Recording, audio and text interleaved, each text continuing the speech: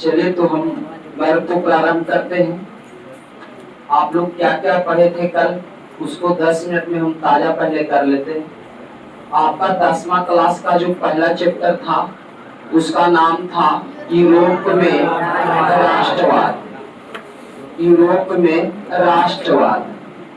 आपको कल पता चल गया कि यूरोप में राष्ट्रवाद लाने वाला कौन था। याद है ना? कौन है? Napoleon Bonaparte. तो हम इसको शुरू से एक बार रिवाइज करते हुए निकलेंगे। और देखिए, आपके जो फ्रांस की क्रांति हुआ है 1789 वाला, तो फ्रांस में 3 बार क्रांति हुआ है। एक 1789 में, एक 1830 में और एक 1848 में। तो अभी तो हम एक ही क्रांति पार किए, याद है ना? अभी हम एक ही क्रांति पार किए हैं। लुई 16वां को गिलोटिन पर चढ़ाया। किसने चढ़ाया? रॉब्सपियर। तो वो था पहला क्रांति जिसमें एक जेल को जला दिया गया। तो ये पहला क्रांति है 1789 वाला।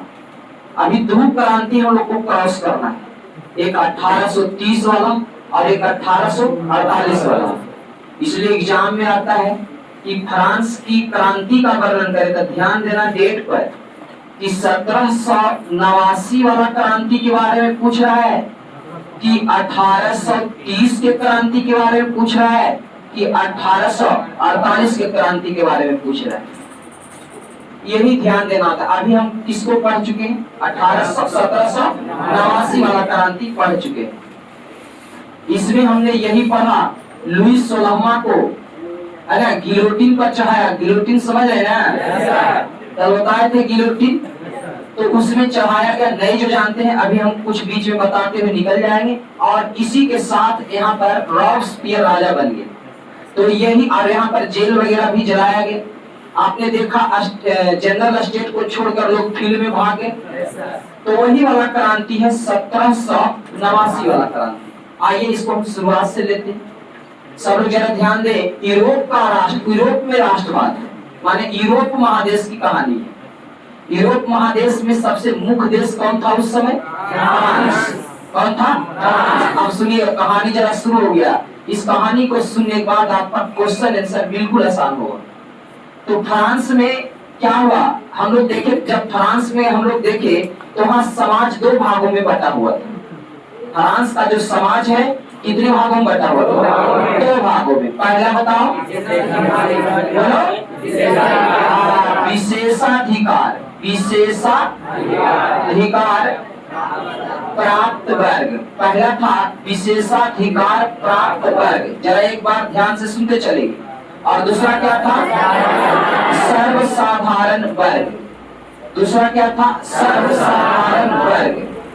कि कुछ बच्चे जो कल नए आए हैं उनको समझ में नहीं आ रहा है, तो ध्यान दीजिए। फ्रांस एक देश है यूरोप में, जैसे हम लोग एशिया महादेश में, तो एशिया महादेश के हम लोग इंडिया में, उसी तरह यूरोप महादेश है और वहाँ एक देश का नाम है फ्रांस। तो फ्रांस में जो समाज के लोग हैं वो 2 भागों में बट चुके हैं।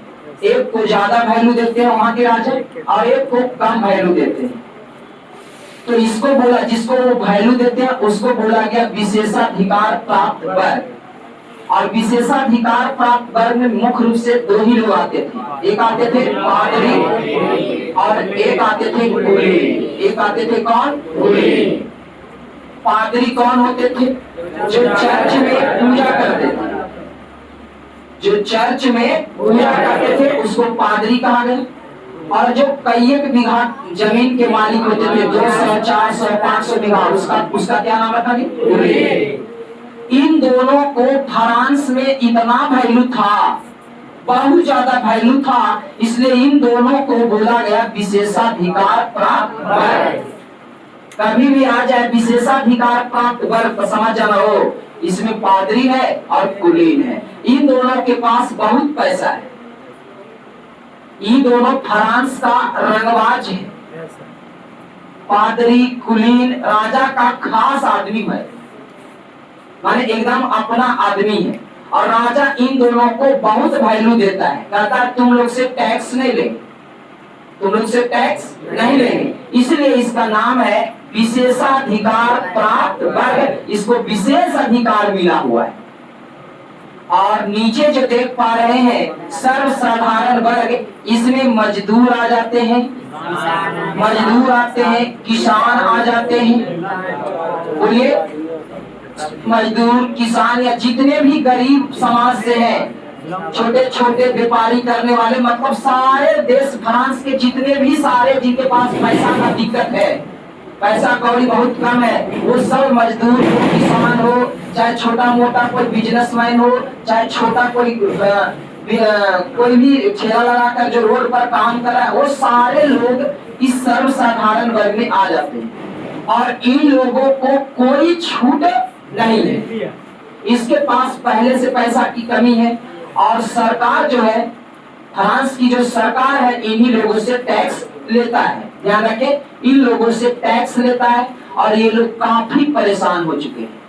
कौन परेशान हो चुके हैं? सर्वसाधारण वर्ग, जो वहाँ के मजदूर कैटेगरी के लोग हैं, जो वहाँ के किसान लोग हैं, या अन्य प्रकार के जो भी हैं, छोटे छोटे बिजनेस करके अपना जीवन चलाते हैं, बहुत परेशान हो चुका है। बेचारा बहुत कम कमाता है, उनको टैक्स देना पड़ता है राजा को। और देखिए, ये पादरी कुलीन के पास पैसा की कमी नहीं है, लेकिन फिर भी इससे टैक्स नहीं लिया जाता है। बताइए, क्या इस समाज में चलेगा? नहीं चलेगा। इस तरह से कहा जा सकता है कि फ्रांस की जो समाज थी, दो भागों में बटी हुई थी, एक विशेषाधिकार प्राप्त वर्ग और एक सर्वसाधारण वर्ग। इसके बाद देखिए, हम कल बताए थे, ये तो हो गया समाज के बारे में, और उसके बाद हम बताए थे कि इन सभी लोगों को, पादरी हो गए, कुलीन हो गए, चाहे जनता हो गए, चाहे राजा हो गए, बैठने के लिए दो बैठक जगह बनाया गया था, दो सभा स्थल बनाया गया था, दो सभा स्थल था। यहाँ पर सभा का आयोजन होता था। पहला का नाम बोलो, पार्लमा। क्या नाम था? पार्लमा। अरे यह एक ऐसी जगह थी जहाँ पर मीटिंग वगैरह होता था। कोई समस्या आ गया देश में तो सब लोग यहाँ आकर बैठते थे। पार्लमा, एक का नाम था स्टेट जनरल। क्या था? State general. दोनों में अंतर क्या था? कल बता चुके थे। पार्लमा में जो बैठक होती थी, उसमें सिर्फ एक राजा होते थे और एक पादरी होते थे और एक कुलीन होते थे। ये तीनों तरह के लोग यहाँ पर बैठते थे। तीन तरह के लोग यहाँ बैठते थे। राजा, पादरी जितने हैं सब आइए, कुलीन जितने हैं सब आइए, और तीन ही तरह के लोग इस पार्लियामेंट में बैठ के बैठक करते थे। लेकिन यह जो स्टेट जनरल में बैठक होता था, यहाँ राजा भी था, राजा भी आते थे, पादरी भी आते थे, कुलीन भी आते थे, है ना? कुलीन भी आते थे। कुलीन के साथ साथ मजदूर, किसान, यानी कहने का मतलब है सर्वसाधारण वर्ग के सभी लोग भी आते थे। सर्वसाधारण वर्ग के सभी लोग इस मीटिंग में भाग लेते थे। यह बहुत ही शानदार बना हुआ भवन था जी, पार्लियामेंट और स्टेट जनरल। बहुत बड़ा हॉल बना हुआ था। इसमें हजारों हजार कुर्सियां की व्यवस्था थी, पार्लियामेंट में और स्टेट जनरल में। लेकिन दोनों में अंतर है, जरा समझ लीजिए। पार्लियामेंट में तीन ही तरह के लोग भाग लेते थे मीटिंग में। छोटे लोग उसमें प्रवेश करना वर्जित था, उन लोग नहीं आ सकते थे। और स्टेट जनरल में राजा, पादरी, कुलीन, सर्वसाधारण सारे लोग इसमें आ सकते थे। लेकिन राजा क्या करता था? ये मीटिंग तो लगाता था, लेकिन ये मीटिंग नहीं लगाता था। बहुत दिन के बाद लुई 16वां लगाया था, आगे हम जानेंगे। तो आपको ये दोनों समझ में आ गया हो, ये दोनों क्या है? तो सभा करने की एक जगह है फ्रांस में। यह पार्लियामेंट है और ये क्या है? State general. जो बच्चे कल ने क्लास किए होंगे उनको थोड़ा बहुत समस्या हो सकता है, क्योंकि कल हम पूरा बेसिक से चले थे, है कि नहीं? तो अब जरा बात करें, अब आ जाते। ये तो था फ्रांस का व्यवस्था, समाज का व्यवस्था। कितने भाग में? दो भागों में। और वहाँ सभा जो लगते थे, उसमें बैठक करने की जगह कितने थे? दो थे। एक जगह का नाम पार्लियामेंट था और एक जगह का नाम स्टेट जनरल। देखिए, माइंड में छप जाएगा, हिस्ट्री रटना है, समझते चलना है। अब जरा आ जाए, आगे बढ़े तो आप जरा ध्यान दीजिए। फ्रांस में और क्या हम लोग अब देखेंगे। अब एक एक करके राजा के बारे में तेजी से चलेंगे। फ्रांस में एक राजा था, उसका नाम था लुई 14वां। क्या नाम था? लुई 14वां। देखिए फ्रांस के जितने भी राजा होते थे लुई लुई अपना नाम रखते थे, लुई 1, लुई 2, लुई 3, लुई 4। लेकिन आपके 10th क्लास में केवल लुई 14वां और लुई 16वां और लुई 18वां पढ़ना, 3 लुई पढ़ाएंगे। ये 3 लुई का कहानी जानिए, आपका हिस्ट्री कंप्लीट हो जाएगा। तो लुई 14वां क्या करते थे? ई फ्रांस का एक क्या थे? राजा। ई फ्रांस के एक राजा लुई 14वां। तो इनका कहना था मैं ही राज हूँ, मेरा हर बात कानून है, यही इसका कहना था। मैं ही राज हूँ, मेरा हर बात क्या है? कानून है। ये किसका कहना था? लुई 14वां का कहना था।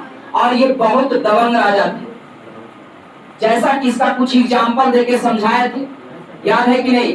ये लुई 14वां जो कह दिया वो कानून हो गया। देखिए इसका नारा देख लो, आपके एग्जाम में पूछे जाएंगे कि मैं ही राज हूँ, मेरी हर बात कानून है। किसने कहा? लुई 14वां ने कहा। जरा ध्यान से समझेंगे। यहाँ इनका कुछ फैसला कर बताए थे कि मान लीजिए सड़क पर 2 लोग लड़ रहे हैं। पहले हम बताए थे कि मान लेते हैं कि किसी ने, कोई व्यक्ति है चोरी करते पकड़ा गया। ध्यान देंगे जरा, चोरी करके जब पकड़ा जाता था उसको पकड़ के लुई 14वां के पास ले जाता था। तो लुई 14वां कहता था छोड़ दो जाने दो, माने चोरी करके आता था उसको माफ हो गया। अगर कोई रोड पर 2 लोग लड़ाई कर रहा है, आप पकड़ के लेते हैं लुई 14वां के पास कि देखिए सर ये दोनों लड़ रहा था, अरे दोनों को लटका दो, फांसी पर चढ़ा दो। जरा बताइए, चोरी कर रहा है उसको माफ कर दिए महाराज, और जो लड़ाई कर रहे थे मात्र एक घुसा घुसी हुआ हो उसको लटका दिए। तो वहां जो जनता देख रहा था उसमें से एक जनता खड़ा होकर पूछा, सर ये कैसा कानून है? चोरी करने वाला को आप छोड़ दिए और ढूसा ढूसी मात्र किया, उसको लटका दी। हाँ, तो लुई 14वां कहता, रे कौन बोला रे? खड़ा हो कौन बोले? अरे इसको भी लटका दो। ऐसा था लुई 14वां। बात क्लियर हो गया? कहने का मतलब है कि लुई 14वां को जो मन में आता था वही करता था। क्यों करता था? क्योंकि फ्रांस के में जो राज चल रहा था वो कैसा था? बोलो, राजतंत्र। और में राजतंत्र में कौन राजतंत्र? निरंकुश राजतंत्र। और इसका मतलब हम पहले बता चुके हैं। निरंकुश का मतलब समझ ही गए होंगे, जो मर्जी होगा वो करेंगे। और राजतंत्र का मतलब होता है कि राजा का बेटा राजा बनेगा।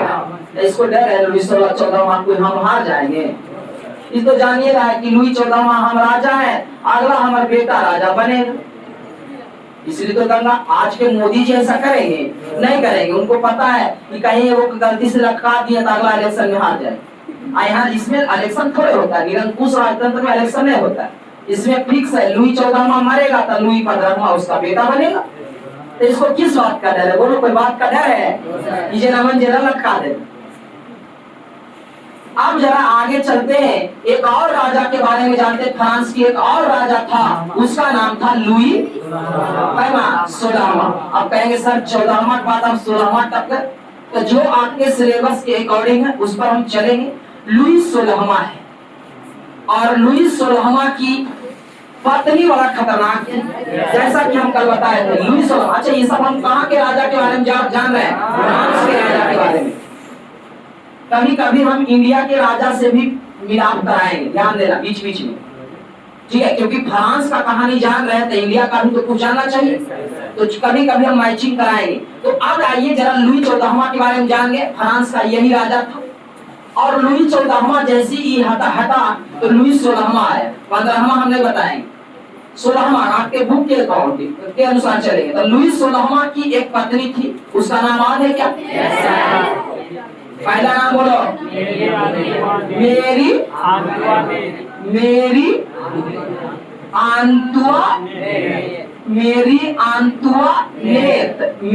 आंतुआनेट। आज का वो लुई 16वां की पत्नी का नाम है, बच्ची नाम है मेरी आंतुआनेट। देखिए हिस्ट्री डबल बार पढ़ोगे तब फिट हो जाएगा माइंड में। जरा ध्यान दे, लुई 16वां की पत्नी का नाम था मेरी आंतुआनेट। इसका एक नाम और था Mrs Kharchalu. Mrs Kharchalu, Mrs Kharchalu. Louis 16वां इस पत्नी से तबाह था। ये जो थी मेरी आंतुआनेट, इसके बारे में जब सुनोगे तब आपको सुनकर आश्चर्य होगा। मेरी आंतुआनेट जो है, इसकी एक बेटी थी। कई महीने की? 3 महीने की एक बेटी थी। ओनली 3 months, 3 महीने की बेटी थी। इसे खिलाने के लिए एक दो नौकर ने 1000 नौकर रखा था। बताइए तो देश को बेच देगा कि नहीं? 1000 नौकर रखी थी मिसेज खर्चालू। बोले खर्चा जाते कराती है कि नहीं? इसलिए इसका दूसरा नाम है मिसेज खर्चालू। सोचिए, इसकी एक बेटी है 3 महीने, 3 महीने की है, लेकिन उसके लिए 1000 नौकर बहाल करके रखी हुई है फ्रांस में। देख रहे हैं ना? और ये 1000 नौकर में जे अगर बउआ के अच्छा से खिलाएगा, उसको से ही खुश हो जाएगी। लगेगा इसको कि ना ये नौकर सबसे ठीक ठाक है, फिट है। तो मिसेज खर्चालू क्या करती थी, जो नौकर हमारे बच्चे को अच्छा सा एकदम खुश करके रखता है, मिसेज खर्चालू अपना पहने हुए सारा गहना दान दे देती थी। 1 किलो सोना पहने रहती थी, सब लोग तुम्हारा है, ऐसे हमारे बेटी को रखना। हाँ, अब नौकर वो सब पागल हो रहे 1 किलो जीते के चक्कर, झूठो मूठो बिस्कुट ला के खिला रहा है। आइया बिस्कुट खाओ, झुलवा झुलो, जो करो। बताइए, 1000 नौकर है, एक को दिन हाथ लग गया 1 किलो सोना, बस हो गया काम। मिसेज खर्चालू जैसी थी। मिसेज खर्चालू की बेटी थी 3 महीने की, और उसके लिए 1000 नौकरी रखी हुई। इसमें से जो नौकर इसको खुश करता था, बउआ को, तो उसको मिसेज खर्चालू अपना सारा पहने हुए गहना उतार कर दे देती, और कल होके उसको फ्रेश फ्रेश गहना और फ्रेश फ्रेश कपड़ा चाहिए, कौन ला के देते थे?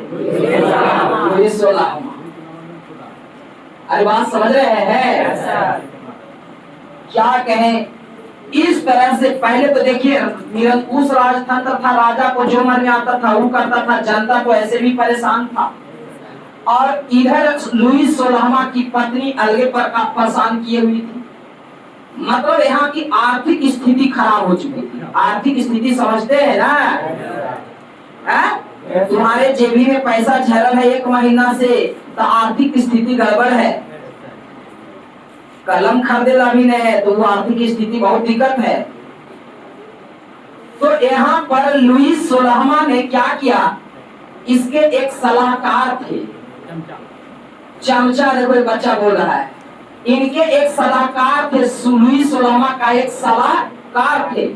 उस सलाहकार से मिलने के लिए लुई 16वां जाता है कि क्या कहें, मेरी पत्नी जो है अलग खर्चा कर रही है, जनता अलग परेशान हो रही है, हम कैसे देख रेख करें?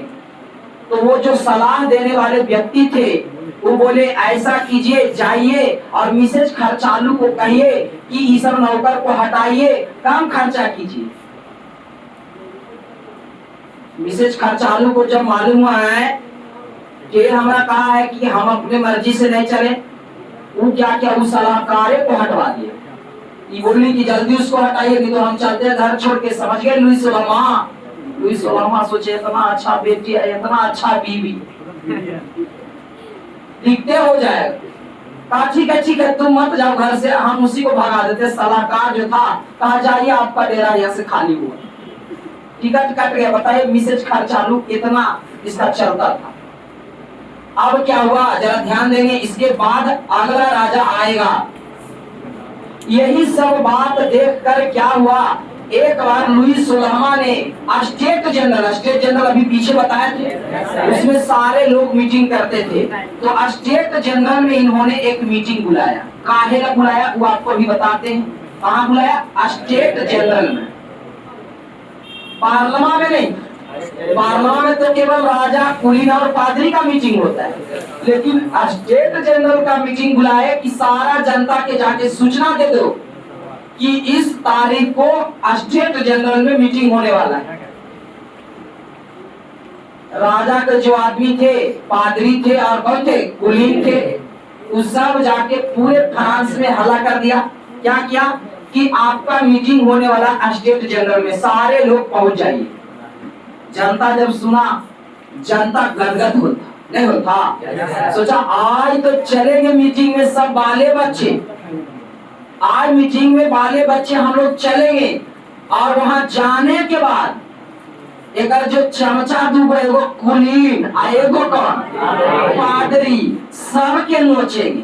क्योंकि इसमें पता है स्टेट जनरल में राजा भी बैठते थे, पादरी भी बैठते थे, कुलीन भी बैठते थे, तीनों बैठते थे। इधर कौन बैठते थे, जनता। तो जनता अलगे मगन है कि आज जितना दिक्कत हो रहा है हमको, उस सारा इनको सुनाएंगे। आई तीनों अलगे मगन है, लुई 16वां, कुलीन और पादरी अलगे मगन है कि आज जनता को आवे दो।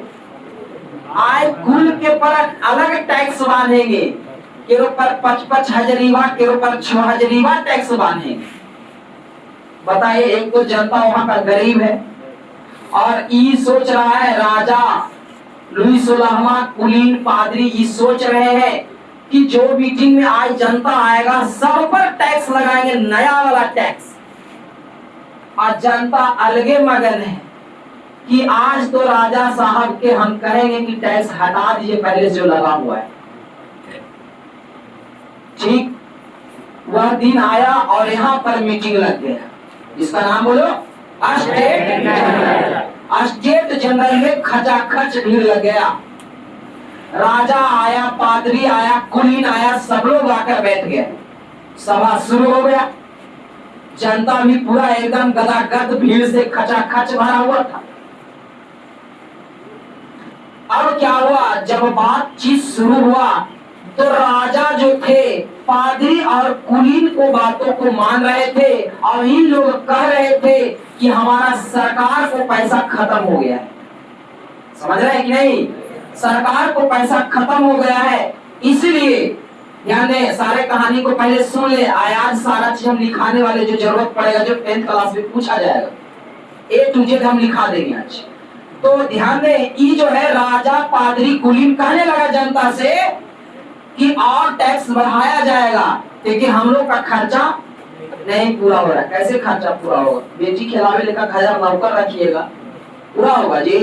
ना होगा। अब जो है जनता ये बात सुना कि राजा हमको भलाई के जगह बुराई करेगा, आओ हमारा पर रंगदारी मांगेगा। सारा जनता भड़क गया और यहाँ से भागना शुरू किया। और बगल में एक मैदान था, बोलो इसका नाम टेनिस कोर्ट। नाम क्या था? Tennis court. टेनिस कोर्ट मैदान में जाकर, समझ गए ना, टेनिस कोर्ट जो मैदान है वहां पर जाकर सारे जनता जमा हो गए। स्टेट जनरल स्टेट को खाली कर दिया। ये जो स्टेट जनरल जो राजा के द्वारा जहाँ बैठक होती थी, वहां से सारे जनता खाली करने लगा। बोला भागो रे भागो, यहाँ कोई फायदा नहीं है। राजा आओ कह रहा है 55 हजार शब्द हो, ये देगा हमरा की हुए हम अन्य से मांगता है। कहीं भी कोई बड़ा मंत्री आते हैं तो हम लोग किस लिए जाते हैं? कोई उम्मीद से जाते हैं कि नहीं जाते हैं कि हमको वहां कुछ हेल्प होगा। लेकिन क्या हुआ, आपने देखा, यहाँ पादरी, कुलीन, राजा अपन चक्कर में सारे जनता भागा। एक मैदान था, उसका नाम था टेनिस कोर्ट। ध्यान दें, यहाँ पर जाके सारे जनता जमा हो गए। इनको गुस्सा ज्यादा आया, हाथ में अरहुआ पत्थर लेके कुल तैयार हो गए। कहा आए नहीं छोड़ेंगे। यह धीरे धीरे टेनिस कोर्ट में इतना बढ़ा और देखते ही देखते एक सामने में जेल था, जेल को लहका दिया। लोग जेल को लहका दिया। जेला जे मर गया, केरो मन है एकदम गर्मी झाड़े लग, तोड़ रहा है, कोई फोड़ रहा है, कोई पादरी के लगे रहा है, कोई कुलीन के लगे रहा है। कितना करा रहा है, जे पर धावा बोल दो। किसी तरह पादरी, कुलीन और राजा वहां से जान बचाकर भागे। कहा आज धोखा हो गया। भागे ये लोग और ये लोग को जो इच्छा आया जेल जला दिया। अच्छा, कौन से मैदान में बैठे हुए? Tennis court. और ये लोग कह रहे हैं आज के बाद हम लोग मीटिंग यही करेंगे, सब गरीबे हैं आना, राजा के पास अब नहीं जाना, हम लोग अलग एक पार्टी बनाओ तब काम होगा। इतना मारपीट उस दिन मचाया, ये लोग जेल बेल सब जला दिया। यही वाला क्रांति कहलाया 1789 का क्रांति। अब कोई कहेगा कि 1789 के क्रांति का वर्णन करें, नहीं करोगे? लिखना शुरू करोगे कि 1789 का क्रांति फेनिस कोर्ट से शुरू हुआ। इस क्रांति में सबसे पहले एक जेल को जलाया गया और इच्छा भर सारे गरीब जनता ने ठोक पीट किया। इसी को हम कहते हैं फ्रांस की क्रांति। कौन वाला? 1789 वाला। 3 बार देखिए फ्रांस में क्रांति, तो वो पहला क्रांति। यहाँ तक कल हम आ चुके थे। अब क्या हुआ, ये सारे जनता जब अपना पूरा गर्मी उतार लिया, आज राजा से हम लोग बदलने वाले नहीं है। देखिए लुई 14वां की कहता था मैं ही राज हूँ, मेरी हर बात कानून है। जे मन में आता था उसको जैसे मन जैसे नचाते रहता था। लेकिन आज जनता पागल हुआ और 1789 में यही वाला कांड जो कहलाया फ्रांस की क्रांति कहलाया। अब क्या हुआ, यहाँ पर जितने भी गरीब लोग इकट्ठा थे, इसने एक पार्टी बनाया। पार्टी का नाम बोलो रे, जैकोबियन दल या जैकोबियन पार्टी।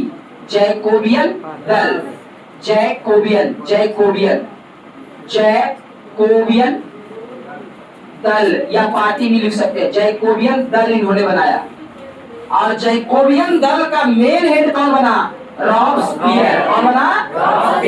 रॉब्सपियर। रॉब्सपियर ये सब गरीब लोगों का एक दल टीम बना। बोला अब राजा 16वां के पास किसी को जाने की जरूरत नहीं है, मेरा एक दल अपने है जैकोबियन दल। और इसका मेन हेड जो बना रॉब्सपियर बना। कहा रॉब्सपियर को हम लोग अब राजा बनाएंगे। और रॉब्सपियर राजा बना। और रॉब्सपियर राजा बनने के बाद रॉब्सपियर ऐसा थाप छोड़ा, पूरे को पियर कर दिया। कैसे पियर कर दिया? रॉब्सपियर बोला अरे लुई 16वां के पकड़ के लाओ, लुई 16वां के पकड़ के लाओ, मिसेज खर्चालू को भी पकड़ के लाओ, अकुल के गिलोटिन चढ़ा दो दोनों को। गिलोटिन समझते हैं ना? अरे लुई 16वां, लुई 14वां बहुत लोग को गिलोटिन चढ़ाता था। कोई कुछ क्या गिलोटिन चढ़ा दो। गिलोटिन चढ़ाने का मतलब है उसका ऐसे सिर को बांध दिया जाता था, ऊपर से एक मन भारी तलवार गिरता था, खट से अलग हो जाता था पूरी। इसी को कहते हैं गिलोटिन। तो इसकी दोनों कितना जनता को गिलोटिन चढ़ा दिया था इसकी गिनती नहीं है। और रॉब्सपियर बोला अच्छा आ गया बारी, तुम दोनों बहुत गिलोटिन चढ़ाए, आज तोरे गिलोटिन चढ़ा देते। रॉब्सपियर दोनों को लाता है। किसको किसको लाता है बोलो?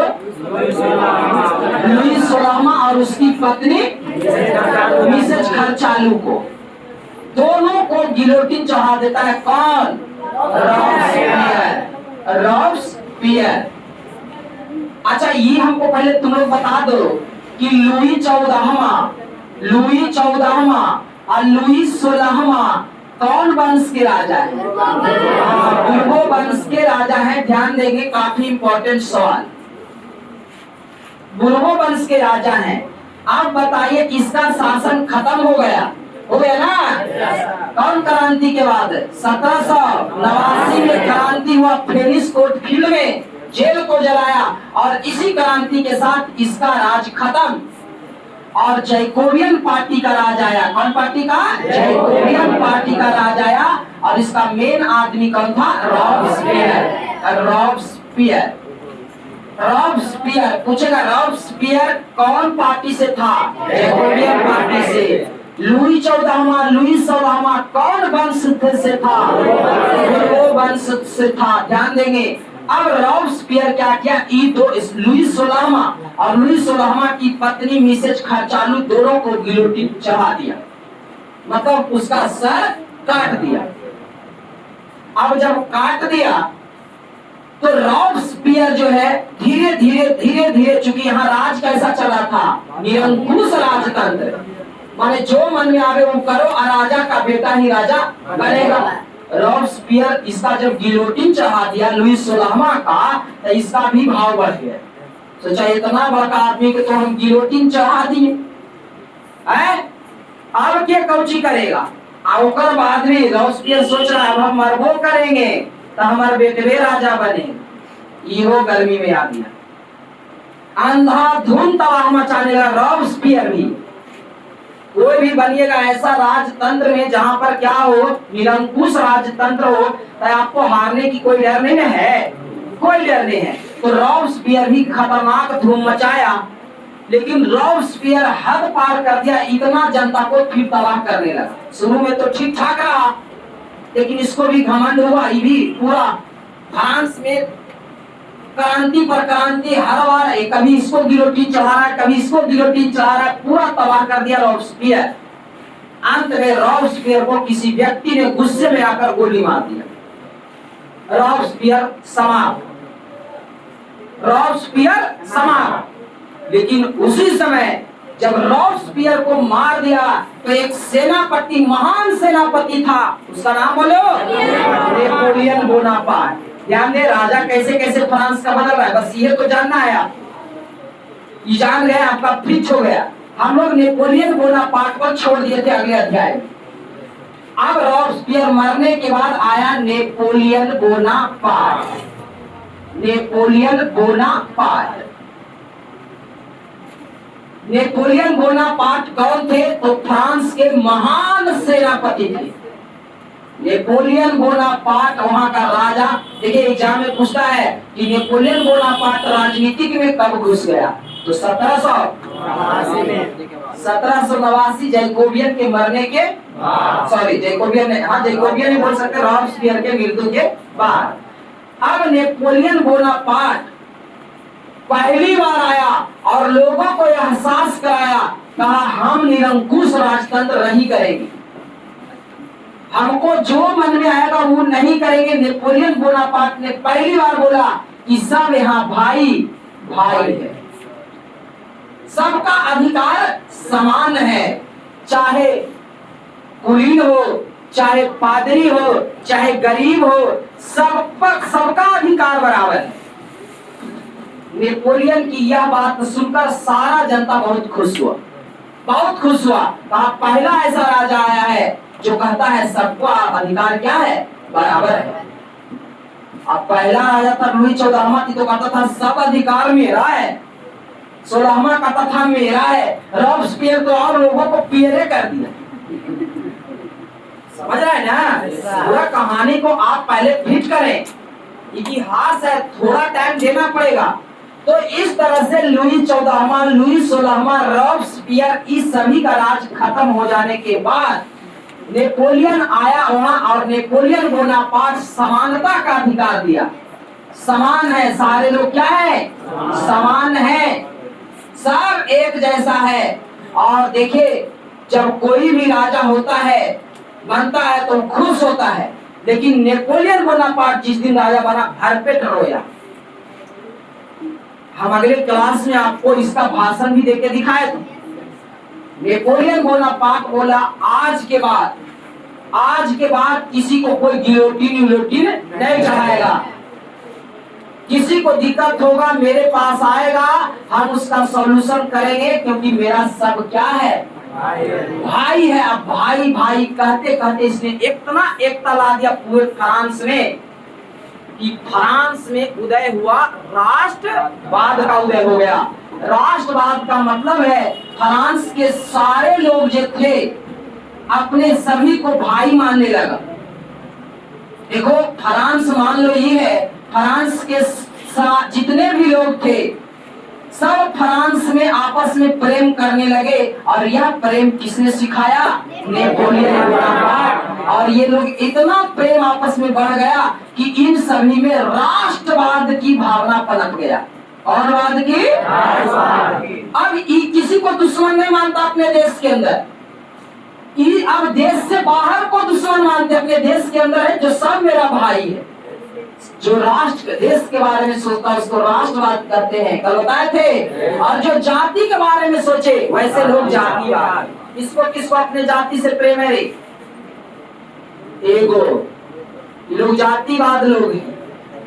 देखिए कुछ बच्चे उठा रहे हैं, तुमको अपने जाति से प्रेम है बाकी से नहीं है? अपने जाति से प्रेम है, बाकी जाति सबकी है, मच्छर है मार दो। अरे जातिवाद करोगे तो लुई 14वां लुई 16वां की तरफ पीछे जाओगे। अरे क्या हम बोल रहे समझ पा रहे हो? पहले अर्थ को समझो, ऐसे हाथ नहीं खड़ा करो भैया। जो जात अपने जात के लिए मरते हैं वैसे लोग जातिवाद होते हैं। जो अपने समाज के लिए मरते हैं वो समाजवाद होते हैं। और जो अपने देश के लिए मरते हैं राष्ट्रवाद होते हैं। और यह राष्ट्रवाद सबसे पहले कहाँ विकसित हुआ? फ्रांस में। फ्रांस ऑप्शन में नहीं रहे तो कौची में? यूरोप के अंदर ही है फ्रांस। तो फ्रांस में हुआ और इसका विकास करने वाला का नाम क्या है? Napoleon Bonaparte. इसके पहले राष्ट्रवाद कहीं नहीं था। अब तो इंडिया में भी राष्ट्रवाद नहीं, इंडिया में राष्ट्रवाद है। जरा पाकिस्तान वाला थोड़ा सा भारत पर चढ़ाई करे तो तुम लोग को कलेजे पर धक्का लगेगा है। पाकिस्तान वाला चढ़ गया, इसका मतलब क्या है? राष्ट्रवाद।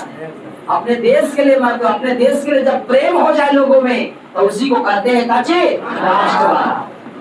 और यूरोप में पहली बार फ्रांस में हुआ। और यह राष्ट्रवाद का मेन लीडर कौन था? बोला अरे मरना है तो देश के लिए मरो, आपस में लड़के क्यों मरते हो?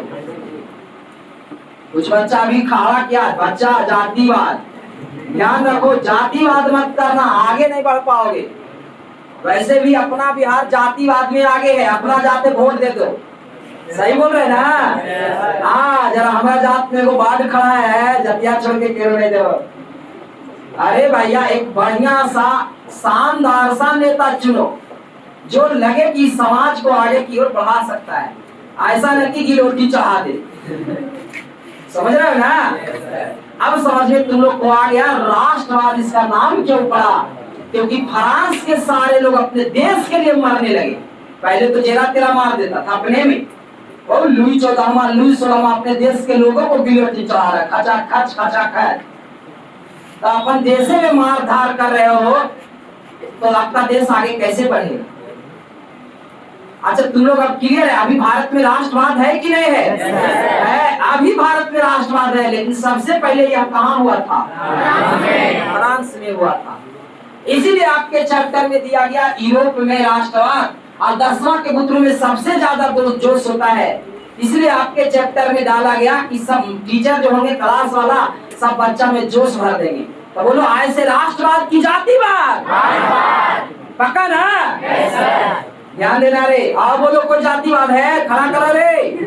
अब कोई नहीं है, देखो सब ठीक है।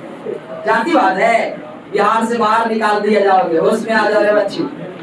सब्जेक्ट को समझने का प्रयास करें, समझने का प्रयास करें। आप लोग पढ़ रहे हैं, अगर फिर भी जातिवाद है तो आपका पढ़ाई से कोई वास्ता नहीं।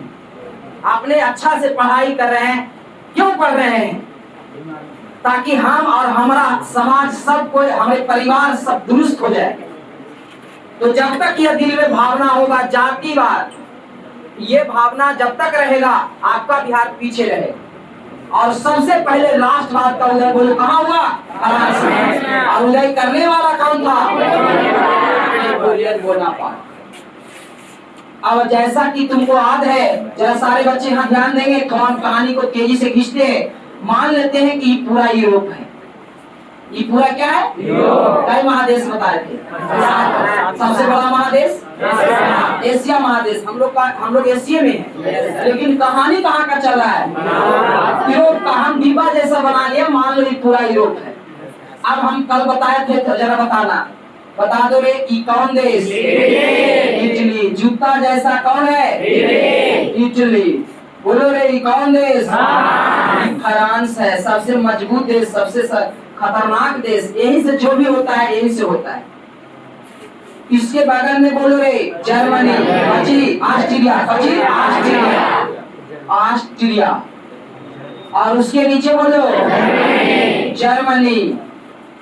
बोलो ये वाला इंग्लैंड है, ये वाला। देखो सब बच्चा को पहले नॉलेज दे दिए थे, पहचान रहा फटाफट इंग्लैंड। और एक बड़ा सा देश का नाम बताओ, रूस।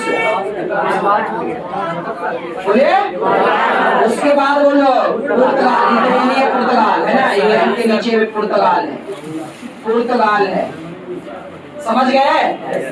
अब देखिए जरा समझिए, प्रयास कीजिए। ये पूरा क्या है? यूरोप है ना, यूरोप। ये पूरा यूरोप है। उसमें हम कहाँ की कहानी पढ़ रहे हैं? फ्रांस में अभी राजा कौन बन गया है? Napoleon Bonaparte. और नेपोलियन बोनापार्ट क्या सभी राजाओं के जैसे हैं? नहीं है। ये कहते हैं, क्या कहते हैं कि सबका अधिकार एक जैसा है। अब देखिए क्या हुआ, फ्रांस में जब ऐसा ई ला दिया नेपोलियन, ऐसा माहौल बना दिया, यहाँ पर नेपोलियन एक कदम अच्छा शासन करने लगा। इसके बगल में इटली बैठा हुआ है। इटली कह रहा है नेपोलियन बोनापार्ट मेरे देश में भी ऐसा नियम लागू कर दीजिए, क्योंकि यहाँ भी तो अभी राजतंत्र चल रहा है।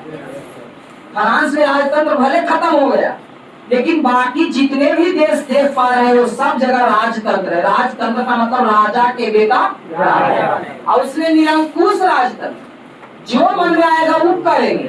तो ये तो फ्रांस में खत्म हो गया। लेकिन और जो देख रहे हैं, इंग्लैंड है, पुर्तगाल है, रूस है, ऑस्ट्रिया है, जर्मनी है ना, ये सब जितने भी देख रहे हैं, इटली है, ये सब जितने भी देख रहे हैं, इस सब में क्या अभी कौन शासन चल रहा है? बोलो राजतंत्र, निरंकुश राजतंत्र चल रहा है। यहाँ मनमानी अभी तो चल ही रहा है। एक देश सुधर गया। कौन सुधर गया?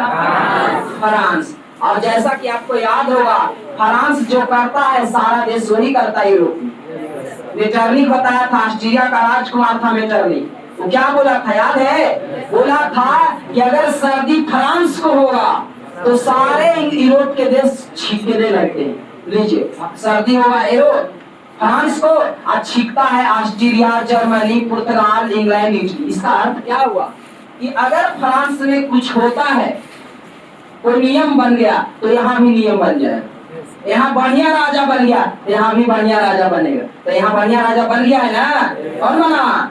Napoleon Bonaparte. अब इटली वाला सोच रहा है, कह रहा है कि देखिए आप जो है नेपोलियन बोनापार्ट को लिख रहा है चिट्ठी, आप मेरे देश आइए सेना लेकर, सेना लेकर आइए महाराज, अब मेरा राजा को मार के यहाँ भी आपके जैसा सुंदर राजा चाहते हैं। नेपोलियन बोनापार्ट जनता से बोला हम आवेंगे तो साथ देगा ना।